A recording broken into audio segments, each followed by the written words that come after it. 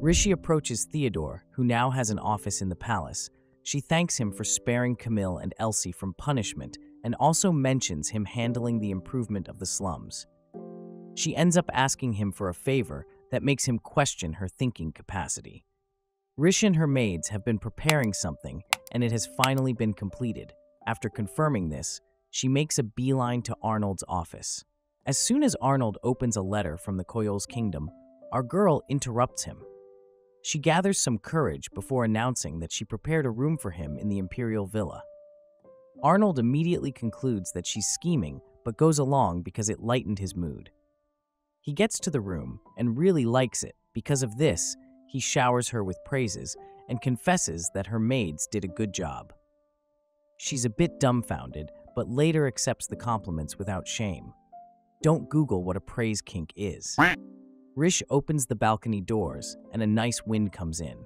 Arnold uses that chance to announce that he may as well move into the room, mostly because it's next to Rish's and will allow him to keep tabs on her.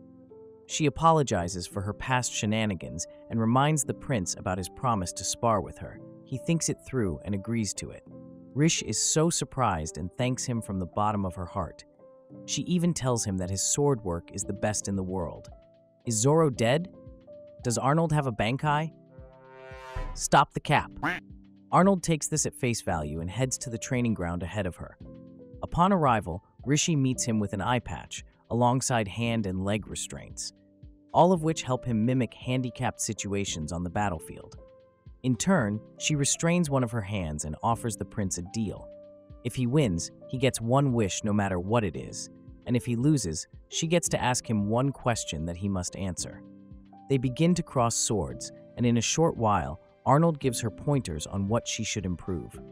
Her balance is off because of the restraint, but Rishi works hard to regain it.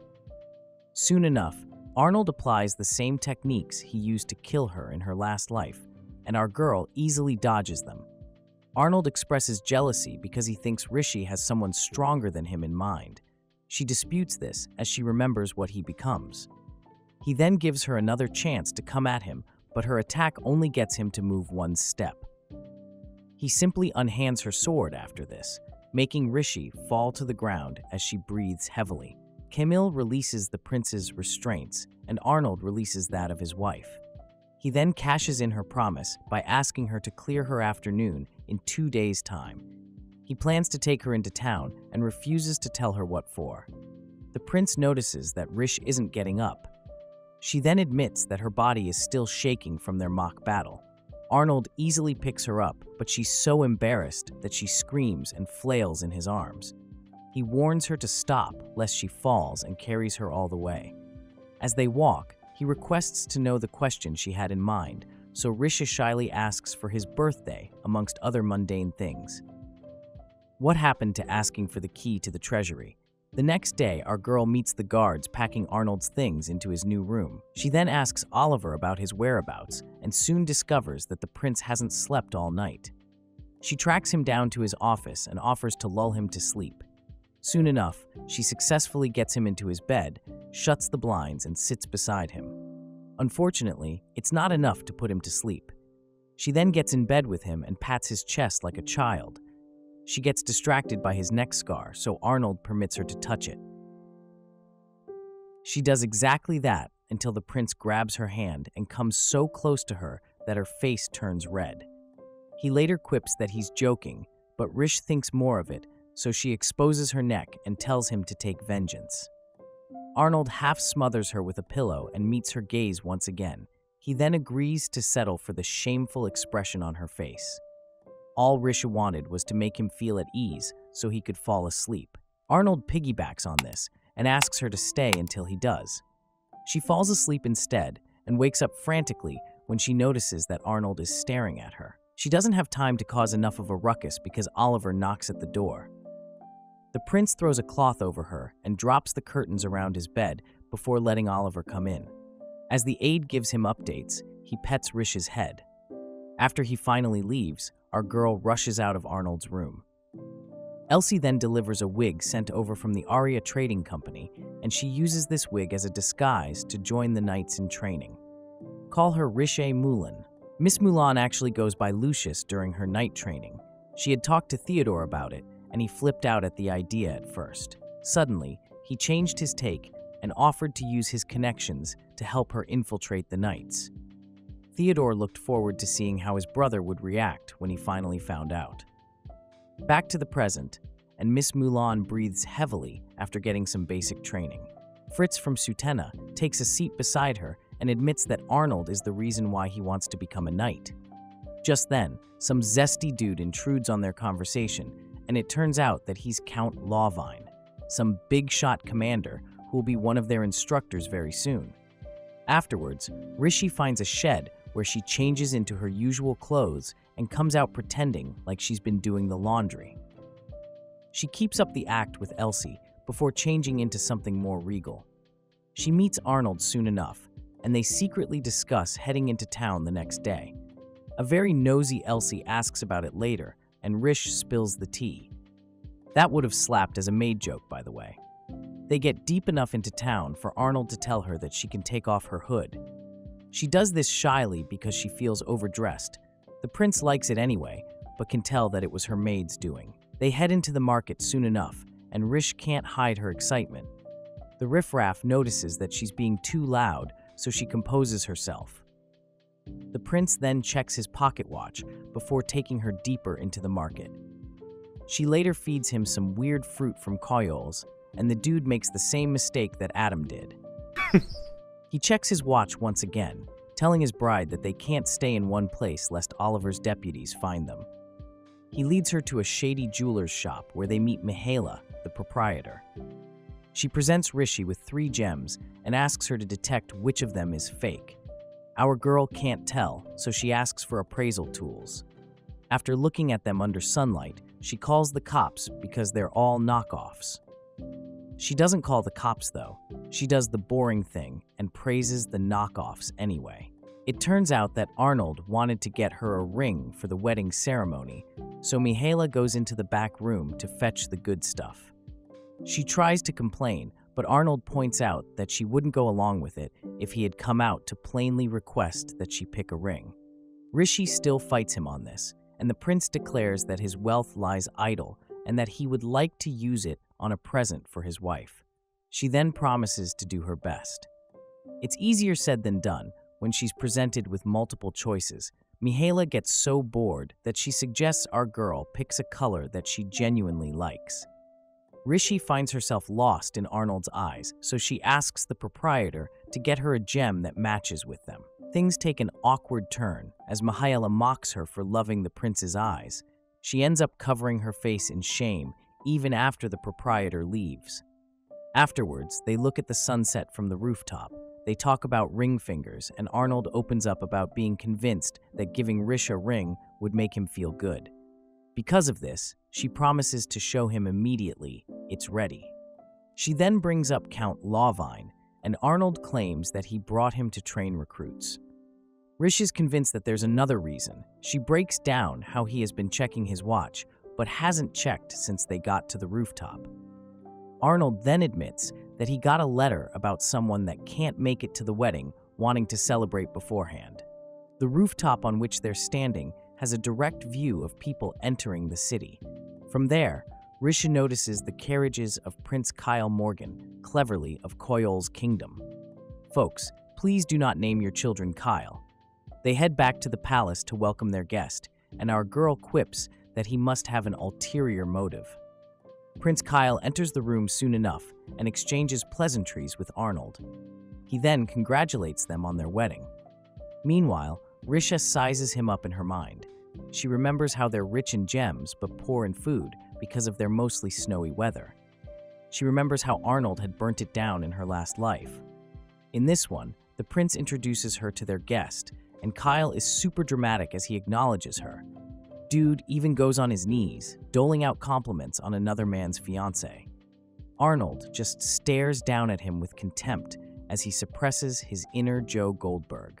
Later on, the prince reveals that Kyle seemed too innocent the whole time he was talking. He then mentions that he brought a boatload of scholars along with him.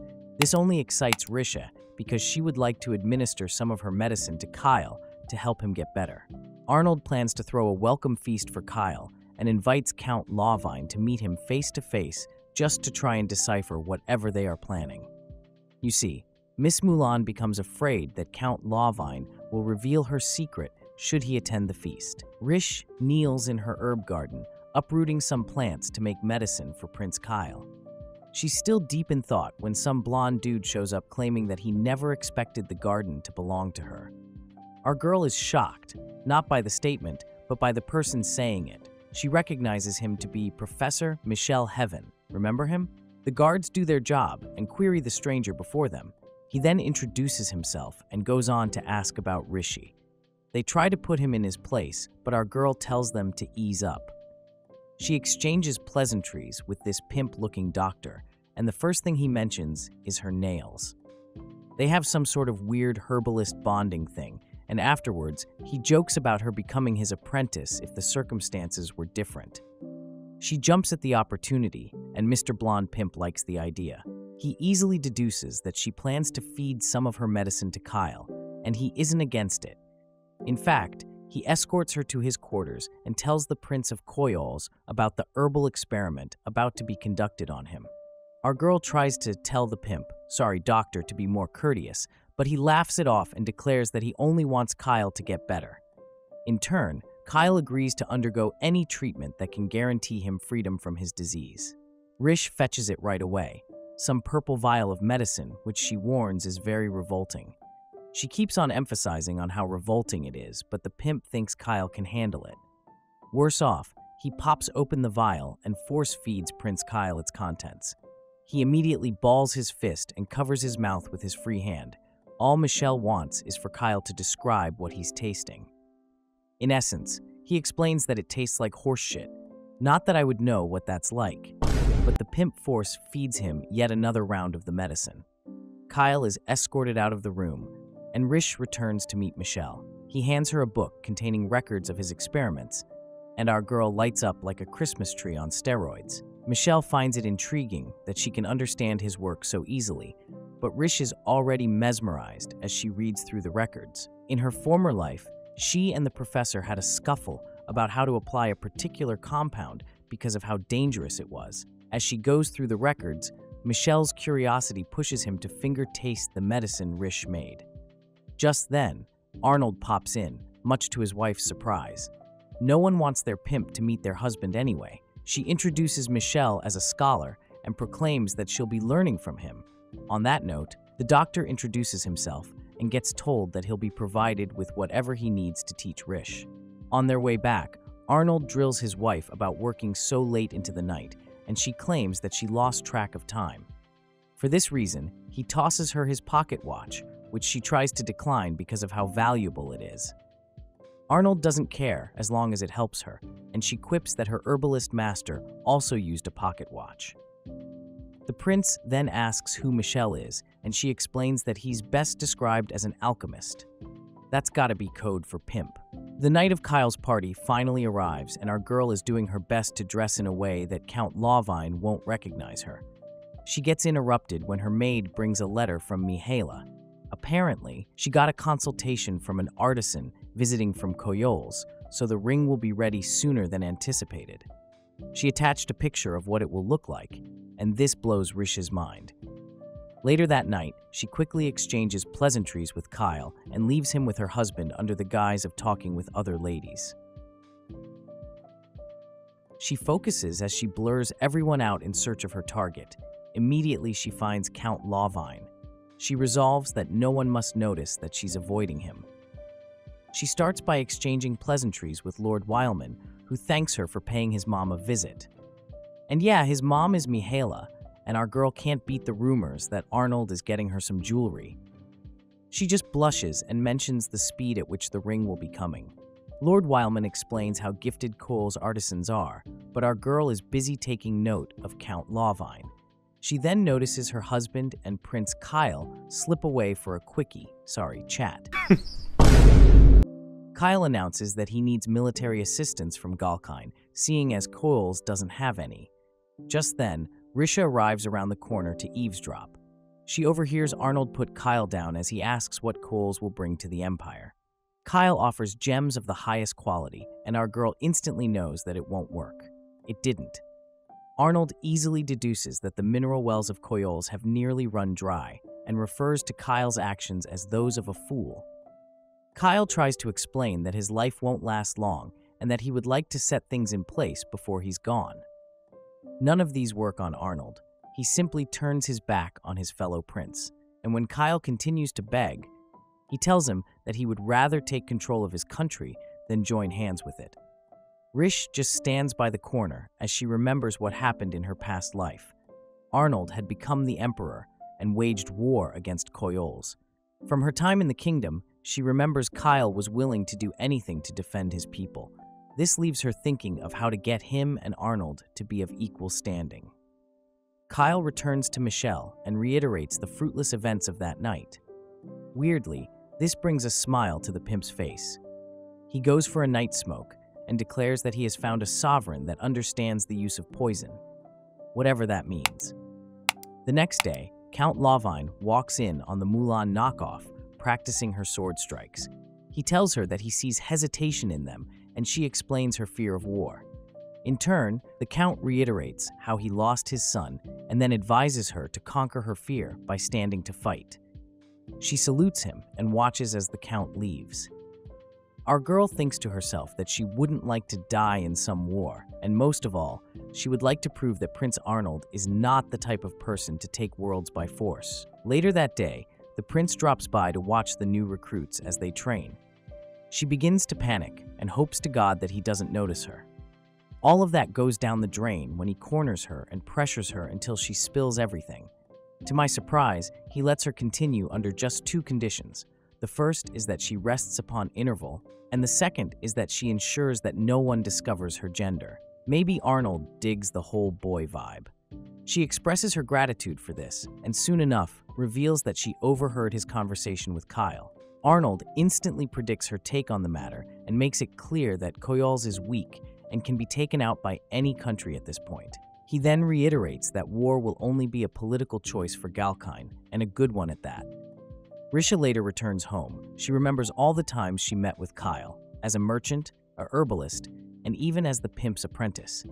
He had treated her with respect, no matter her station. Afterwards, she presents him with a fresh batch of pills and potions.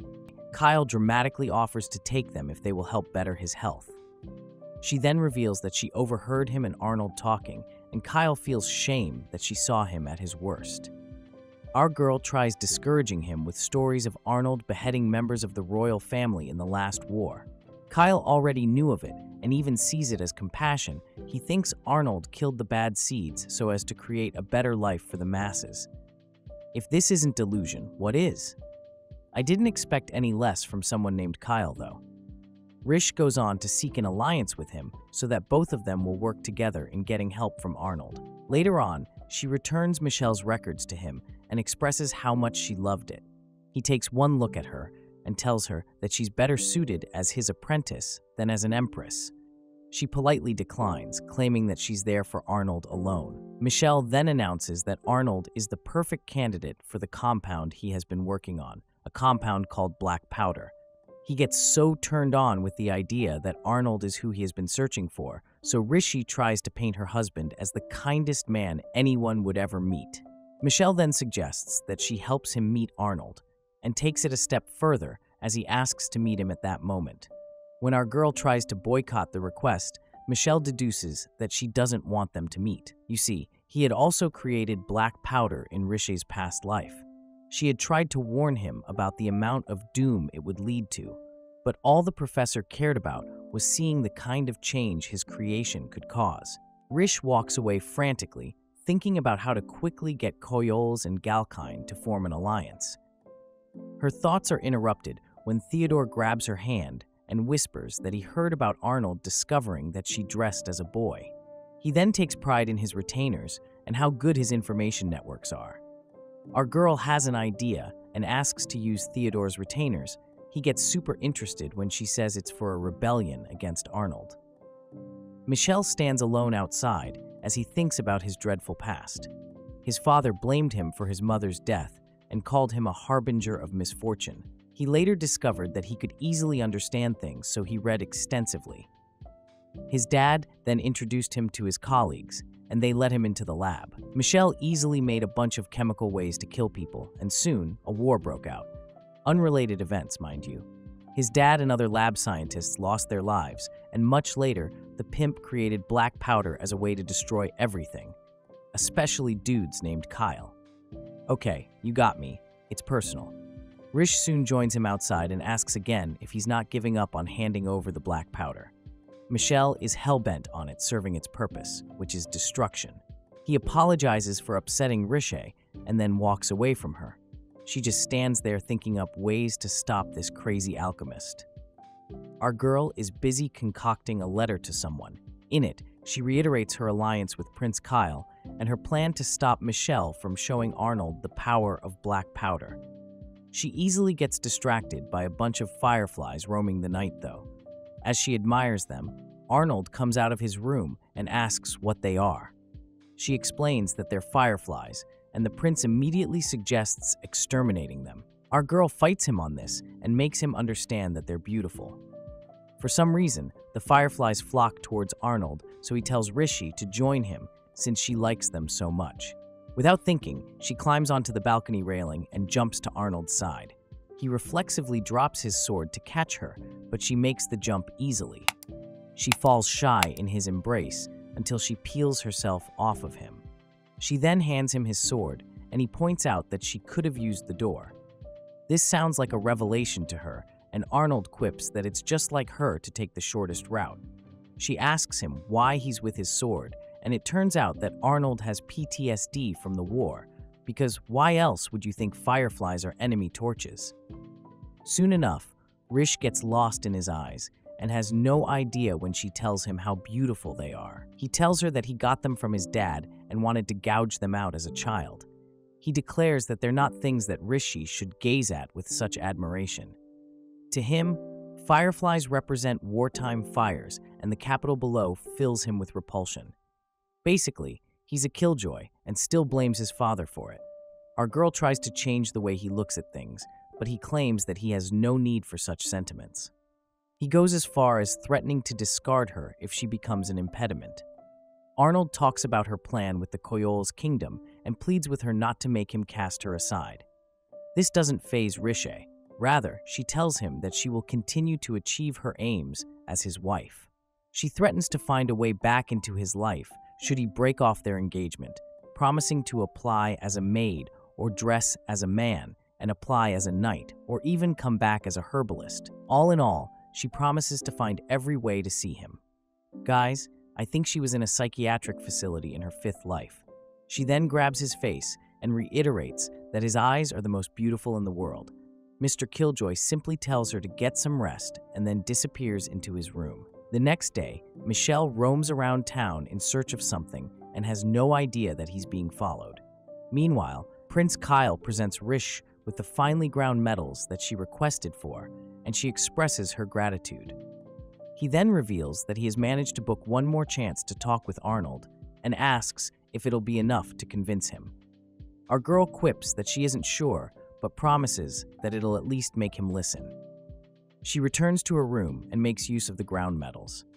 The next day, Michelle clocks his tail and uses a potion to knock him out. Around the same time, Prince Kyle meets with Arnold. Rish comes along for the ride, but Arnold makes it clear that he has no intention of having the same conversation again. He tells his wife to sit, but she insists that he tells her what looks different about her. He points out the jewelry, and she reiterates that they were all made by Koyol's artisans. Kyle piggybacks off her statement and declares that they have the best artisans in the world. Michelle arrives at the palace yet again and declares that he has something to say. He's surrounded by guards, but this doesn't sway him. Inside, the room is so silent that a deaf person would hear a pin drop. Rish finally breaks the silence by presenting the watch Arnold had given her. She asks if he recognizes it, and it takes him a while to notice that it's different. She then presents the original one and announces that the replica was created by a Koyol's artisan. Our girl goes on about how only a few watches exist, but the Koyol's kingdom have the skill to make many more. She segues into various productions and metalworks that Arnold will definitely need in the future and announces that he would need their expertise to pull them off. After her speech, Arnold is still not impressed because all that was mentioned can be acquired through military force. Rish isn't spared from Arnold's wrath as he asks what she thought he would use the technologies for after acquiring them.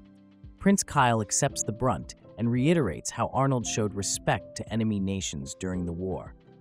Because of that, he believes in him as a ruler and accepts the title of a fool for wanting such a man to protect them. Just then, Theodore interrupts their conversation and signals Rish that they have an emergency. She immediately dumps the meeting and follows him out. Theodore fills her in on how Michelle had knocked out all his spies with a sweet-smelling substance. Meanwhile, Arnold apologizes to Kyle for his wife and younger brother's rudeness. Kyle brushes it aside, but when he wants to continue the meeting, Arnold summons a bunch of guards to join them, thus confusing his guest. I hope he beats his ass. Theodore and Riche continue to talk about Michelle, and they both suddenly remember that Arnold didn't even flinch when their meeting was interrupted. They're not done digesting that when a guard brings news of Michelle's location. Rish then chases him down immediately. As Rishi chases down Michelle, she remembers when they looked at the skies together, he had promised to help her in any way he could because he saw it as the only good thing he would do in his life. Upon arrival at Michelle's location, the guards tell her to stay away, claiming that he will cause an act of violence in town at 6 o'clock that evening. The pimp confirms this, and Rish deduces that he wants Arnold to see the power of black powder. She points out that innocent people will get caught up, but Michelle insists that he wouldn't have it any other way. Meanwhile, Arnold and Kyle are still seated for their meeting. Michelle looks at his watch and reminds Rish that he's not one to be taken lightly. Soon enough, Theodore comes to give her the signal. The professor, looks at his watch as it reaches 6 o'clock. Just then, the black powder shoots into the sky and explodes in a range of colors. Michelle is taken aback by this, and our girl explains that his creations can also be used to make others happy. As she explains that different metals effuse different colors when burned, Michelle concurs. She makes him understand that nothing exists solely to cause misfortune. She had used his words against him, seeing as he advised her to always counter an alchemist with result-based arguments. He and all the indigenes of Galkine gaze upon the beauty of fireworks, and Michelle admits that Risha is an amazing person. She throws the praise back to him by making him understand that he can turn other things he thought were only poisons into beautiful things. Riche approaches Theodore afterwards and thanks him for his help. She had used his men to snuff out the location of Michelle's bombs and taught them to replace them with fireworks. They're still fraternizing about how well it all went when Count Lawvine shows up to arrest Michelle for threatening the land. Theodore orders him to hand the pimp over, but Lawvine tells him to wait his turn. Just then, Arnold comes to the scene, asking Lawvine the source of the ruckus. They all kneel to salute him, and the Count explains that he wanted to arrest and interrogate Michelle about his threats. Arnold chucks it up to the Koyol's kingdom, trying to prove their technological prowess. Lawvine asks why they would do that, and the prince announces that they have entered an alliance with the Koyol's kingdom. This brings smiles to Rish's face, and Arnold tells off Lawvine. In turn, our girl apologizes to him for hiding her identity during her training. Afterwards, Kyle approaches Michelle as he complains that there are other ways to prove their prowess without causing this much trouble. The pimp is about to tell the truth when Rish cuts him off. He apologizes to both of them and promises never to do something like that again. Our girl walks over to her husband, and he lets her know that Michelle's unsavory plan was obvious from the beginning. He just didn't want to treat him as a criminal, lest his father hear about it.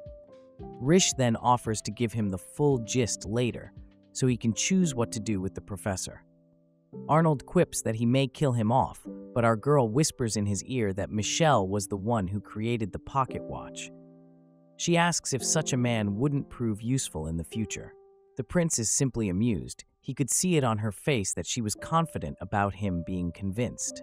She tries to deny it by claiming that she was only confident about Arnold's interest in Michelle. She reiterates that all the villagers saw the fireworks and would agree to the alliance if they discovered it was courtesy of the Koyol's kingdom. Rish goes on about how she wanted him to see the fireworks so that he could know that something as dangerous as black powder can also create something beautiful. Later on, she presents Kyle with some medicine for his seasickness. Riche refuses to take credit and claims that it was Kyle's hard work that got him an alliance. She later links with her pimp, who admits that Arnold is quite magnanimous for letting him walk free. Rish corrects him and points out that he's free because the prince expects him to continue developing technology to make the world more beautiful. Michelle apologizes to her for assuming that she's not suited to become an empress. He then asks if she won't regret becoming Arnold's wife.